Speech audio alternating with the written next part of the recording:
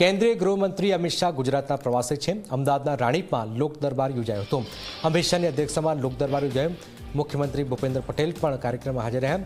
કાર્યક્રમમાં કેન્દ્રીય ગૃહમંત્રી અમિત શાહે સંબોધન કર્યું। કહ્યું કે 30 વર્ષમાં રાણીપને બદલાતા અને વિકસતા જોયું છે।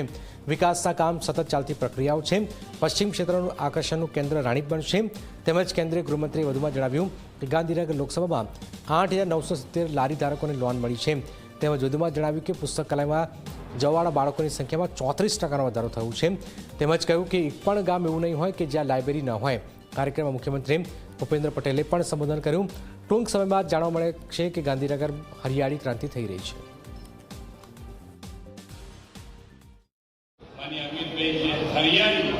હરિયાળી ક્રાંતિ કોને કહેવાય એ કેવી રીતે લાવી શકાય એના માટેનું પણ આજે જે અમે મીટિંગ કરીને આવ્યા છે તમને ટૂંકા સમયમાં જાણવા મળશે કે કેટલી મોટી ક્રાંતિ હરિયાળી ક્રાંતિ ગાંધીનગર લોકસભામાં થઈ રહી છે જે આપણને અનુભવ થશે।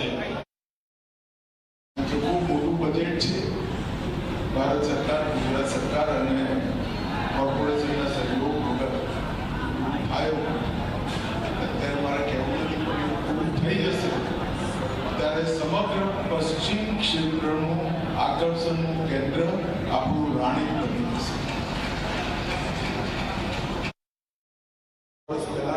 આપણા ખાલી ગાંધીનગર લોકસભાના ક્ષેત્રની અંદર 8,970 લારીવાળાઓને લોન મળી હતી અને એમનું જીવન સુચારુ રૂપે ચલાવી શકે, બાળકને ભણાવી શકે, આરોગ્યની ચિંતા કરી શકે, ઘરડા મા બાપની સેવા કરી શકે એ રીતનું જીવન જીવવાનો આપણે પ્રયાસ જીવી શકે એવો પ્રયાસ।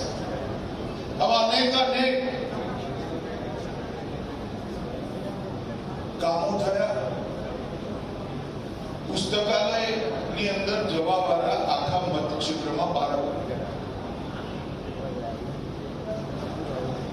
કેટલા બાળકો પહેલા પુસ્તકાલયમાં જતા હતા હવે કેટલા થયા? તમને આશ્ચર્ય થશે 34% વધારો થયો છે પુસ્તકાલયમાં જવા। અને મેં નક્કી કર્યું છે કે એક પણ ગામ એવું નહીં હોય જ્યાં આગળ નાનકડી લાઇબ્રેરી નહીં।